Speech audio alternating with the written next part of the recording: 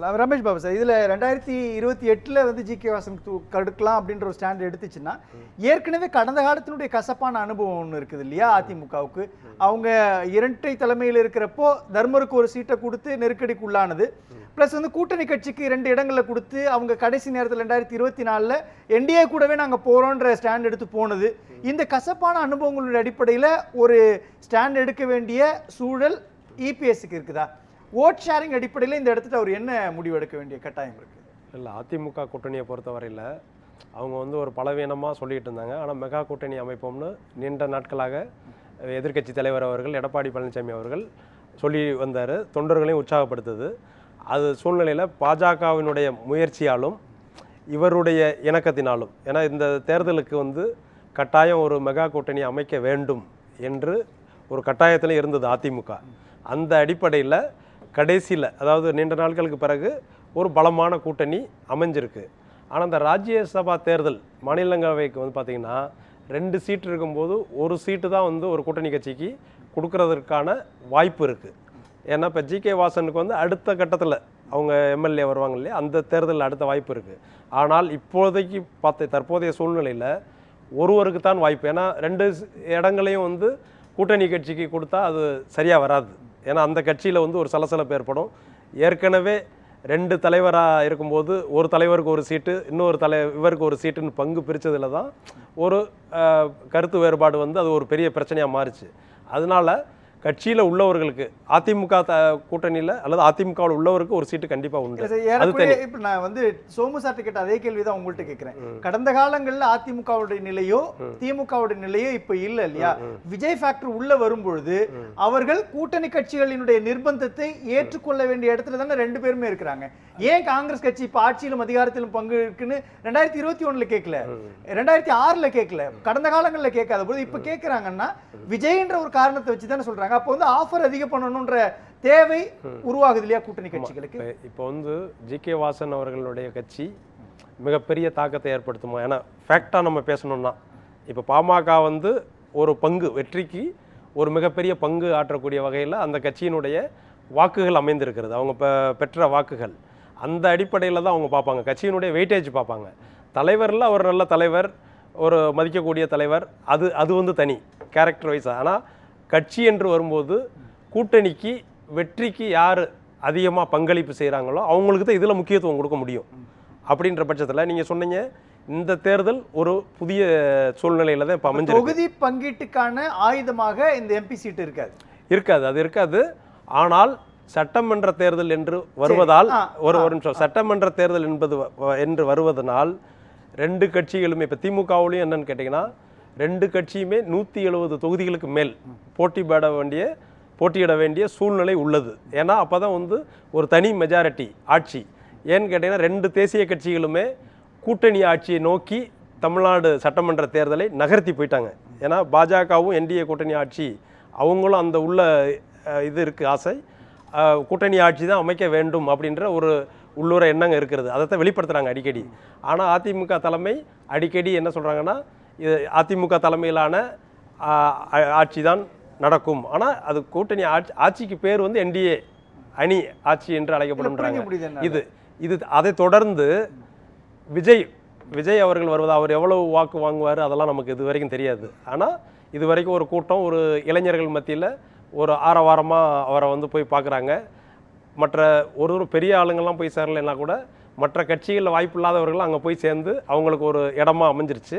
Plus அவர் முதல் மாநாட்டிலேயே என்ன சொன்னார், ஆட்சியில் பங்கு அப்படின்ற ஒரு அஸ்திரத்தை, ஒரு வியூகத்தை வந்து வைக்கிறாரு. ஏன்னா தமிழக அரசியலில் சில கட்சிகள் அதை வந்து முன்பு இந்த கோரிக்கையை வச்சதுனால இதை மாதிரியான ஒரு வியூகத்தை அமைக்கும் போது அந்த கட்சிகளுக்கான ஒரு வாய்ப்பு அமையும் வர்றதுக்கு கூட்டணிக்கு. ஆனால் இதுவரை யாரும் அதை வந்து பெரிதாக எடுத்துக்கொண்டு போகிறதில்லை. ஆனால் அதை பயன்படுத்தி கொண்டு இந்த கூட்டணிகளில் 2 கூட்டணியிலையுமே இந்த கூட்டணி ஆட்சி என்பது மேலோங்கி நிற்கிறது. புரிஞ்சுக்க முடியுது. இப்ப நீங்க சொல்ற அதே கால்குலேஷன் வரேன். 170 இடங்கள் 2 கட்சிகளையும் போட்டி போடுறாங்கன்னா 170 இடங்கள் போட்டி போட்டா இடதுசாரிகளினுடைய எண்ணிக்கை குறையும், அதே மாதிரி விடுதலை சிறுத்தைகளுடைய எண்ணிக்கை குறையும், காங்கிரஸ் கட்சியினுடைய எண்ணிக்கை குறையும் இல்லையா?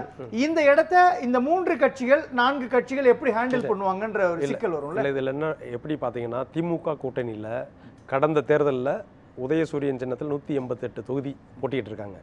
போன அந்த கடந்த தேர்தலில் என்ன மாதிரியான ஒரு ஃபார்முலாவை அடாப்ட் பண்ணாங்கன்னா, சீட்டு குறைந்தால் கூட நீங்கள் வெற்றி வாய்ப்பு அதிகமுள்ள தொகுதிகள், சில தொகுதிகள் பார்த்தீங்கன்னா அதிமுக தான் ஜெயிக்குது. ஏன்னா நம்ம கடந்த 2-3 தேர்தலில் பார்த்துருக்கோம்.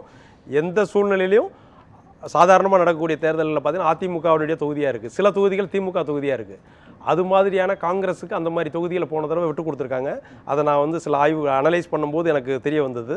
அப்படி பார்க்கும்போது அவங்க 18 தொகுதி வின்னிங் ரேட் வந்து அதிகமாக இருக்குது. அதனால திமுக கூட்டணி தொடர்ந்து அதில் வந்து ஃபார்முலாவை அடாப்ட் பண்ணி வின் பண்ணியிருக்காங்க. இப்போ கடந்த 2-3 தேர்தல்களே தொடர்ந்து வெற்றி கூட்டணியாக இருக்கிறதுனால அதை வந்து திமுகவுக்கு கையாள்வது மிக எளிதாகவே இருக்கும். ஏன்னா நாங்கள் வந்து இவ்வளோ நிறைய தொகுதிகள் போடுறதுனால அவங்களும் தோற்கக்கூடிய தொகுதிகளும் நிறைய இருக்கும். விருப்பம் அதிகமா இருக்கு. 2021 பாஜக உள்ள வந்துடக்கூடாது, அதனால நாங்க வந்து திமுக சொல்லக்கூடிய அந்த டிமாண்டை ஏத்துக்கிறோன்றது திருமாவளவனுடைய ஸ்டாண்டு. இந்த தேர்தலையும் அந்த சேவையை செய்யணும்ன்ற அவசியம் இல்ல. இப்ப அந்த சூழ்நிலையில ஒவ்வொரு தேர்தலையும் வந்து ஒவ்வொரு கட்சியும் வந்து கூடுதல் தொகுதியில கேட்டு பெறுவோம் அப்படின்னு தான் எப்பயுமே நம்ம ஸ்டேட்மெண்ட் சொல்லியிருக்கோம். கடந்த தேர்தலில் கூட திருமாவளவன் என்ன சொல்லியிருந்தாரு, 3 தொகுதிகளுக்கு பாராளுமன்ற தொகுதி இல்லை என்றால் நாங்க வந்து ஒரு முடிவு எடுக்க வேண்டியது வரும் அப்படின்னு செயற்குழு பொதுக்குழுலாம் கூட்டினாங்க.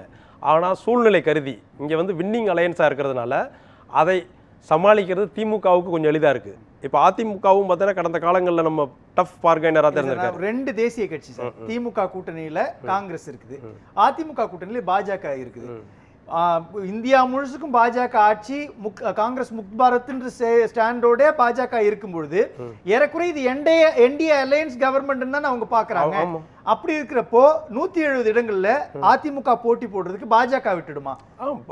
இதுவரை கடந்த பிரசிடென்ஸ் இருக்கு இல்லையா, முன்னுதாரணங்கள் முன்னால நடந்ததை வச்சு பார்க்கும்போது 2 பேருமே அதிமுக திமுக கூட்டணி பேச்சுவார்த்தையில் கராராகத்தான் இதுவரைக்கும் நம்ம கொடுத்த சீட்டை வச்சு சொல்றோம். இப்போ ஒரு புது சூழ்நிலை உருவாகி இருக்கிறது.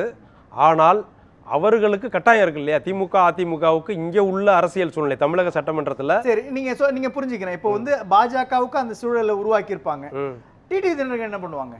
டிடிவி தினகரன் குறைஞ்சபட்சம் அந்த 22 தொகுதிகளுக்கு மேல நாங்க நெருக்கடியை உருவாக்கி இருக்கிறோம், எங்களுக்கு ஒரு 20 தொகுதியை கொடுங்கன்ற ஒரு நிர்பந்தத்தை வச்சாருன்னா 20 டிடிவி தினகரன், பாஜக 30+ வச்சுக்கிட்டா கூட பாமக இவங்கெல்லாம் இருக்கிறாங்களே, இவங்க எல்லாருமே 20-20ன்னு வச்சுட்டா கூட அந்த இடத்துல வர முடியாது அதிமுகவால. இல்ல நம்ம இன்னொன்னு பார்க்கணும். அப்படின்னா கூட்டணி எல்லாம் சேர்ந்தாச்சு, 2 சைடு வந்து மேஜர் பார்ட்டிஸ் அதிமுக திமுக தலைமையில் கூட்டணி கட்சிகள்லாம் அங்கங்கே அணி வகுத்தாச்சு. மற்ற கட்சிக்கு அவங்க 2 பேரும் தனியாக தான் இருக்காங்க. இதில் ஏற்கனவே கூட்டணி சேரும் போதே முதல் கட்டமாக பேசியிருப்பாங்க.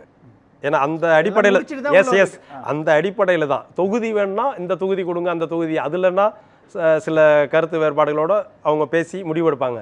ஆனால் தொகுதிகளின் எண்ணிக்கை கண்டிப்பாக பேசி முடித்திருப்பார்கள். திமுக கூட்டணியும் ரொம்ப நீண்ட நாட்களாக இருக்குது. காங்கிரஸ் மட்டும் இப்போ ஒரு சிறு சிறுனா 80 to 90% லீடர்ஸ் வந்து திமுக கூட்டணியை விரும்புகிறாங்க, எம்எல்ஏக்கள் எல்லாருமே. ஏன்னா தமிழக தேர்தலில் அவங்க முன்னால் பெற்ற வெற்றியின் அடிப்படையில் அவங்க வந்து இருக்காங்க. ஒரு சிலர் வந்து அவங்களுடைய சொந்த கருத்தோ அல்லது கட்சி தலைமையில் ஒரு டெஸ்ட் பண்ணுறதுக்காக பண்ணாங்களா என்னன்றது நமக்கு தெரியவில்லை. ஆனால் கடைசியில் திமுக கூட்டணி, ஏன்னா இந்திய அளவில் திமுக வந்து ஒரு முக்கியத்துவமான கட்சியாக காங்கிரஸுக்கு பயன்படுவதால் இந்த மாதிரியான முடிவுகள் வேறு முடிவுகள் எடுப்பதற்கு வாய்ப்பு இல்லை. ஏன்னா விஜயை நம்பி அது வந்து ஒரு கருத்து உருவாக்கம் தான் இருக்குது. எப்படின்னா கேரளாவில் ஆட்சியை பிடிச்சிடலாம், பாண்டிச்சேரியில் ஆட்சியை பிடிச்சிடலாம், ஆந்திராவில் ஆட்சியை பிடிச்சிடலாம். நடிகர்களை எல்லா ஊர்லேயும் தெரியும். இப்போ விஜய்னா இந்தியாவிலே தெரியும். அப்போனா காங்கிரஸ் ராகுல் காந்தி பிரதமர் ஆகிற அளவுக்கு அது போய் புஷ் பண்ணிடுமா? விஜய்னா எல்லா ஸ்டேட்லேயும் தெரியும். ஆனால் இது வந்து ஒரு கருத்து உருவாக்கத்தை, அதை கூட்டணி இன்டாக்டாக இருக்குது. எல்லாருக்குமே எதிர்கட்சிகளுடைய ஒரு பொறாமைன்னு சொல்லலாம். ஏன்னா ஒரு கட்சி கூட கொள்கை, இப்போ விடுதலை சிறுத்தைகள் கட்சியை பற்றி சொன்னீங்க இல்லையா, அவர் எப்பயுமே கொள்கையா சீட்டா பல தடவை அவர் விளக்கம் சொல்லியிருக்காரு. கொள்கை பக்கம் தான் நிற்போம், எதற்காக நம்ம நிற்கிறோம், சீட்டுகள் முக்கியம் இல்லை. அது சொல்லும் போது 2021 ஆனா இன்னைக்கு நிற்க வேண்டிய அவசியம் எங்க இருக்குன்னு கேட்பாரு அவரு. அவங்களுடைய கட்சியில இருக்கக்கூடிய தொண்டர்களும் விரும்புவாங்கல்ல, நமக்கு இன்னமும் பிரதிநிதித்துவம் வேண்டும் கூடுதலா அப்படின்றப்போ விரும்புறாங்க.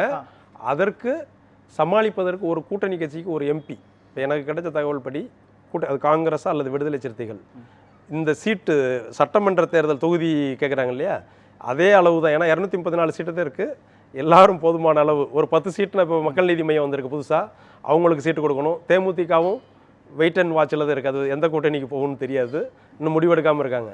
ஆனால் அப்படி ஒரு சிக்கட்டான சூழ்நிலை வருமானால் 4 தொகுதி ராஜ்யசபா இருக்கு இல்லையா, அதில் காங்கிரஸ் அல்லது விசிகா அவர்களுக்கு ஒரு தொகுதியை கொடுத்து சமாளிப்பார்கள். ஏன்னா அது ஒரு 6 தொகுதி கணக்கில் வந்துடுது.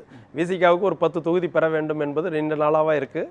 ஆனால் அவர் பல முறை சொல்லிவிட்டார், தொண்டர்களுக்கு சொல்லியிருக்கார், விசிகா தொண்டர்களுக்கு திமுகவில் நம்ம பெறுவது வந்து எம்எல்ஏ சீட்டு. ஏன்னா கடந்த தேர்தலையும் அவர் கூட்டணி பேரம் முடிச்சுட்டு வந்த உடனே ஒரு கூட்டம் நடந்தது, சட்டசபை அவங்க கட்சியினுடைய சட்ட அணி. அந்த அணியில் சொல்லும்போது நீங்கள் வந்து தொகுதிகள் எண்ணிக்கை குறைவாக பெற்றோன்னு யாரும் வந்து எதிர் அணியில் வந்து நம்மளை குறைச்சி சொல்லுவாங்க. நம்ம வாங்கியிருக்கிறது 6 எம்எல்ஏ சீட்டு இல்லை அப்படின்றதையும் தெளிவுபடுத்துவாங்க. ஏன்னா அங்கே வந்து கொள்கையில் அவங்க ரொம்ப நீண்ட நாட்களாக கொள்கை கூட்டணியாகவே பயணித்திருக்கிறார்கள். அதனுடைய எதிர்க்கட்சிகள்லாம் வந்து எப்படியாவது பிரிஞ்சிருவாங்கன்னு ரொம்ப நாளாக ட்ரை பண்ணாங்க. அதுக்கு ஏற்றது மாதிரி காங்கிரஸில் சிறு சலசலப்பு வந்திருக்கு. ஆனால் கூட்டணியிலேருந்து பிரிவதற்கான எந்த ஒரு வாய்ப்பும் இல்லை. ரமேஷ் பாபு சார் இறுதிக்கிறது சொன்னது மாதிரி எல்லாரும் சொன்ன மாதிரி ஆட்சியில் பங்கு, அதுக்கு தமிழ்நாடு களம் தயாராக இல்லைன்றதை சொல்லியிருக்காங்க பொது மக்களும். அதே மாதிரி கூடுதல் தொகுதி எல்லாருக்கும் என்னென்னா அந்த மாநிலங்களவை தொகுதியை தான் கொடுத்து, ஏன்னா சட்டமன்ற தேர்தலில் இவங்க கூடுதலாக நிற்க வேண்டிய சூழ்நிலை இருப்பதால் இப்போ கடந்த தேர்தலே பார்த்தீங்கன்னா திமுக வந்து 188 தொகுதிகளில் 188 தொகுதிகளில் போட்டிட்டு 133 ஜெயிக்க முடிஞ்சது. அது வந்து பார்த்தீங்கன்னா அதனால தான் சிங்கிள் அவங்க லார்ஜஸ்ட் பார்ட்டி மெஜாரிட்டியும் பெற முடிஞ்சது. அதே மாதிரி அதிமுகவும் கடந்த தேர்தலில் வந்து 170. அதனால் அதிலிருந்து குறைச்சிக்கிற மாட்டாங்க. மாநிலங்களவையை கூட வந்து விட்டு கொடுத்துருவாங்க. ஆனால் தொகுதிகளின் எண்ணிக்கையில் விட்டு கொடுக்க மாட்டாங்க. 2 பேருமே வந்து கள அனுபவம் நன்றாக அறிந்தவர்கள். அவரும் எதிர்க்கட்சி தலைவர் அவர்களும் உங்களுக்கு வந்து கிளை செயலாளர் பதவியிலேருந்து வந்தவர், அரசியல் சூழ்நிலை எல்லாமே புரியும். அதே மாதிரி மு.க. ஸ்டாலின் அவர்களும் ஒரு நீண்ட நெடிய அனுபவம் பெற்றவர். கூட்டணி கட்சிகளே ஆரம்ப காலத்திலிருந்து அவர் வந்து எப்படி கையாண்டிருப்பாங்க, அவங்களுக்கு அனுசரணையாகவும் எல்லாமே தோழமை கட்சிகளை வந்து மிக அனுசரணையாக போகக்கூடிய தலைவராகவும் இருக்கிறதுனால இதை எளிதாகவே சமாளிப்பார்கள். நன்றி.